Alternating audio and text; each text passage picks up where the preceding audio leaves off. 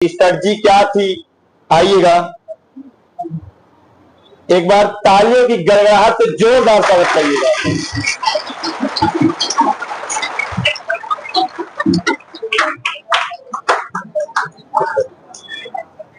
तो आप देख रहे हैं कि आपके समक्ष कुलदीप तिवारी जो उत्तर प्रदेश पुलिस में चयनित हो चुके हैं, और इन्हीं के साथ साथ दो हमारे और अन्य छात्रा जो यहाँ पे बैठी हुई हैं, मैं उनको भी मंच पे बुलाना चाहूंगा। अर्पिता पांडे और श्वेता सोनी मंच पे आ जाए।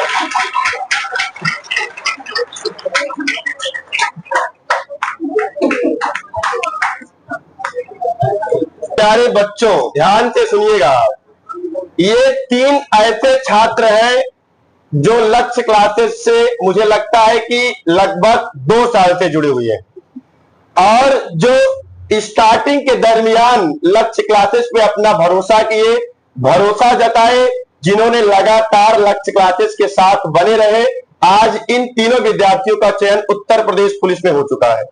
साथ ही साथ मेरे प्यारे बच्चे, आपसे बार बार एक बात कही जाती है, प्रैक्टिस बैच। प्रैक्टिस बैच की जो बात कही जाती है, तो ये तीनों मेरे प्रत्यक्ष उदाहरण आपके सामने प्रस्तुत है। ये तीन के तीनों बच्चे प्रैक्टिस बैच में थे कि नहीं थे? और इसी के साथ साथ मैं और भी कुछ कहना चाहूंगा। यहाँ पे बैठी हुई हमारे कुछ छात्र और छात्राएं, जैसे सचिन, थोड़ा अपना चेहरा दिखा दो, खड़े हो जाओ वहीं पे, उसी प्लेस पे खड़े हो जाओ बस। सचिन और गरिमा वर्मा, तुम भी खड़ी हो जाओ अपने प्लेस पे। गरिमा वर्मा, रूमा सिंह, खड़ी हो जाओ। रूमा सिंह और शिल्पा वर्मा। शिल्पा है कि नहीं है? नहीं आई है? खड़ी हो जाओ, खड़ी हो जाओ, परेशान ना हो, खड़ी हो जाओ, खड़ी हो जाओ। ये ऐसे छात्र हैं जिनका इनका भी सिलेक्शन हुआ था, लेकिन ये बेचारे मेरिट में फाइनल लिस्ट में बाहर हुए हैं। लेकिन मैं, बैठ जाओ आप लोग, मैं आपको भरोसा दिलाता हूं कि इस बार उत्तर प्रदेश पुलिस में नहीं तो दरोगा में ये फाइनली रूप से सेलेक्ट होंगे। मेरी जुबान है, ये मेरिट से नहीं बाहर होंगे। इतना मेहनत किया जाएगा इनके साथ कि इनका भी चयन हुआ था, लेकिन अब थोड़ा सा कोई 1 नंबर से, कोई 2 नंबर से, कोई 4 नंबर से बाहर हुआ है, लेकिन ये भी चयनित थे। लेकिन 3 ऐसे विद्यार्थी ये जो प्रैक्टिस बैच में थे, इनका चयन पूर्णतया हो चुका है।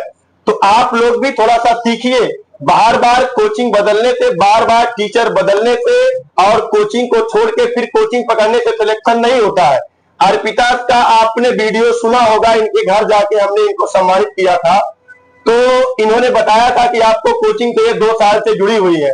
ये बच्ची लगातार रेगुलर और कंटिन्यू रही, और श्वेता भी देखो सिलेक्शन होने के बाद अभी भी बच्ची बनी हुई है, और इनका सिलेक्शन होने के बाद मान लो थोड़ा दौड़ने वगैरह लगे तो उसके बाद नहीं आए, लेकिन ये बच्चे लगातार संस्थान के साथ बने रहे, तो अंतिम रूप से इनका चयन हो गया। इसलिए आपको हमेशा समझाया जाता है मेरे दोस्त, हमेशा बताया जाता है मेरे भाई कि रेगुलर रहो, पंक्चुअल रहो, डेली क्लास करो। अगर आप कोचिंग के साथ नियमित बने रहोगे तो कोचिंग के अध्यापक भी आपके साथ नियमित बने रहेंगे।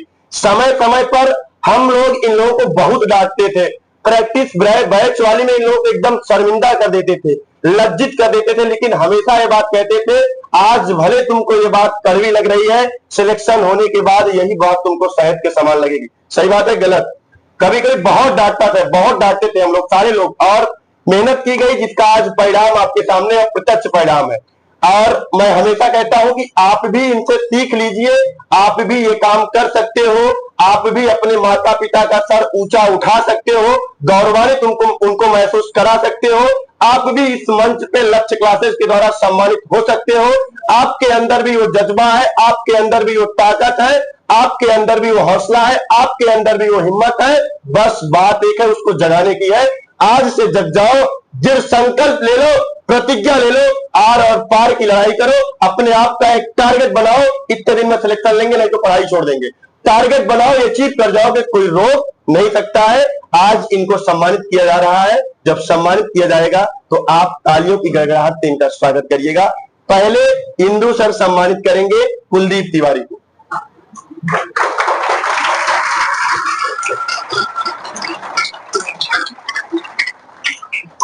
दूसरे नंबर पे आलोक सर सम्मानित करेंगे अर्पिता पांडे को।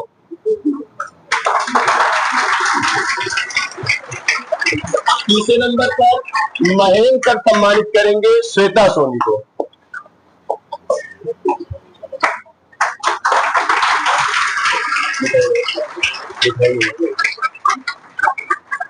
और इन लोगों को जो लड्डू खिलाने का काम करेंगे, मुंह मीठा कराने का काम करेंगे, अशोक सर काम करेंगे, कुलदीप तिवारी का मुंह मीठा कराएंगे। जी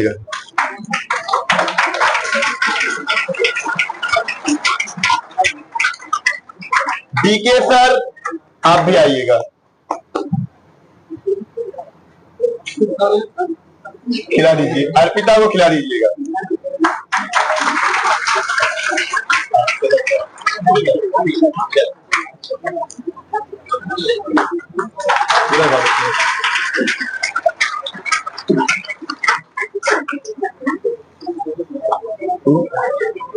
तो मेरे प्यारे बच्चों, आपको तो मिठाई खाने का अवसर मिल नहीं रहा है, इस चीज का हमें खेद है, लेकिन हम इतना जरूर कहेंगे, खिलाना तो इन लोगों को चाहिए। ये लोग सिलेक्ट हुए हैं, आपको मिठाई खिलाएं, खिलाना तो इन लोगों का कर्तव्य है। लेकिन अगर ये अपने कर्तव्य से मुंह को मोड़ लेंगे तो मैं तो खिलाऊंगा ही। तो आप लोग अगर हो सके तो टाइमिंग बता दे रहे हैं, सूक्ष्म जलपान की व्यवस्था जितने लोग सेक्टर पाए मैंने सबको बोल दिया है, कम से कम इतना तो करके जाओ यार, बच्चों को मिठाई खिला के जाओ। खिलाएंगे, और ये नहीं खिलाएंगे तो हम तो आपके है ही है, हम तो खिलाएंगे ही आपको ना। तो ये लोग खिलाएंगे, आपको पता चल जाएगा, खिलाएंगे। आज तो नहीं हो सकता है, लेकिन कल परसों से ये सिलसिला स्टार्ट हो जाएगा। आप लोग को मिठाई खाने का अवसर मिलेगा, लेकिन आप भी प्रयास ऐसा करिए, खाने वालों में रहिए, खिलाने वालों में, ठीक है। इसी के साथ मैं अपनी वाणी को विराम देता हूं। अगर आदरणीय अशोक सर कुछ बोलना चाहते हैं तो 2-4 लाइन बोलेंगे।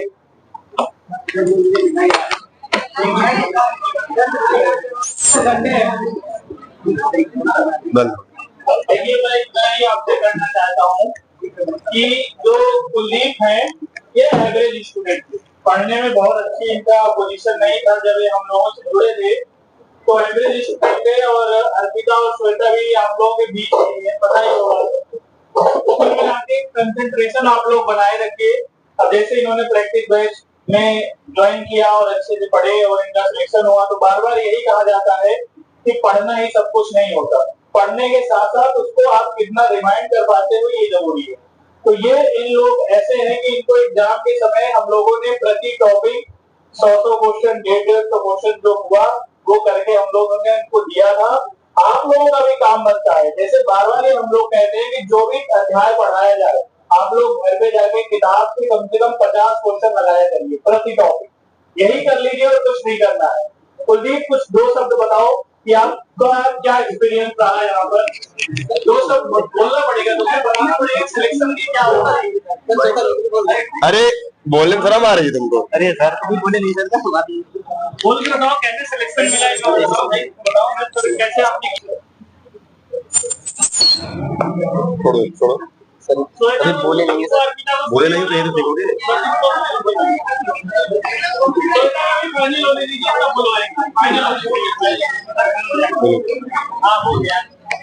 बताओ, सुनिएगा, शांत रहिए आप।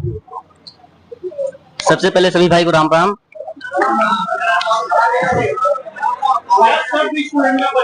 आप लोग तो ऐसे पहले जो सेलेक्ट हो गया उसको सुनना चाहिए। जैसा कि सर ने बताया अभी कि एक एवरेज मतलब बच्चा था मैं, तो पढ़ने में वाकई अच्छा नहीं था मैं, लेकिन सर पढ़ाते पढ़ाते सर इतनी बेइज्जती करते थे मेरी, हिंदी में बहुत वीक था शायद, सर रोज बेइज्जती करते थे मेरी कि तुम पढ़ने में कैसे हो, पढ़ के नहीं आते हो। तो ऐसे करते करते मतलब तभी सही हो गया था हिंदी में, मतलब कर ले गया था, 32 क्वेश्चन शायद सही था मेरा। और बाकी सहयोग तो सभी अध्यापकों का था मेरा, मतलब इसमें यहाँ तक पहुंचने में। और बस कितने घंटे रोज पढ़ते थे? सर ज्यादा नहीं पढ़ता था, लेकिन 3-4 पढ़ता था रूम पे, यहाँ छोड़ के जितना हो जाता था। नहीं पा रहे हैं, छोड़ दे, किसको मत निकालो यार। ये देखो, ये बोल नहीं पा रहे हैं, ये सच में बहुत मतलब एवरेज स्टूडेंट थे। ऐसा नहीं था कि मतलब इनको आता नहीं था, आता था, माइंड ठीक था। अगर आता ना होता तो सिलेक्शन के आज कगार पे या सिलेक्शन ना पाए होते, अंतिम रूप से चयनित ना हुए होते। लेकिन कुल मिला के आपको ये बताना है कि जैसे आप थे वैसे ये भी थे। धीरे धीरे चीजों को करते करते, कहा जाता है ना, करत करत अभ्यास ते जड़मत होत सुजान, रसरी आवत जाते पट पे करत निशान। बारिश की छोटी छोटी बूंदें बड़ी नदियों का बहाव बन जाती है मेरे दोस्त। तो थोड़ा थोड़ा पढ़ोगे तो ज्यादा हो जाएगा एक दिन ऑटोमेटिक। लगातार बने रहे कोचिंग के साथ, अनवरत बने रहे, तो अंतिम रूप से आज चयनित हो गए हैं। तो आप भी ऐसा कर सकते हो, कोई बड़ी बात नहीं है, ठीक है। तो आप भी आज से मेहनत करिए, लेकिन हाँ एक लक्ष्य बना लो यार, एक जुनून पैदा कर लो अपने अंदर, एक जोश तुम्हारे अंदर जो होता है वो पैदा हो जाना चाहिए। जो नौकरी लेनी है, जो काम करना है तुमको, उसके प्रति अपने आप को एकदम समर्पित कर दो। उसी में इतना खो जाओ कि तुमको कुछ पता ना चले। उठो तो पढ़ो, केवल तीन काम करो, सो खाओ पढ़ो, सो खाओ और पढ़ो। और 24 घंटा होता है, 24 घंटे मैंने 8 का नियम बताया था, वही फॉलो कर लो। 8 घंटा पढ़ लो, 8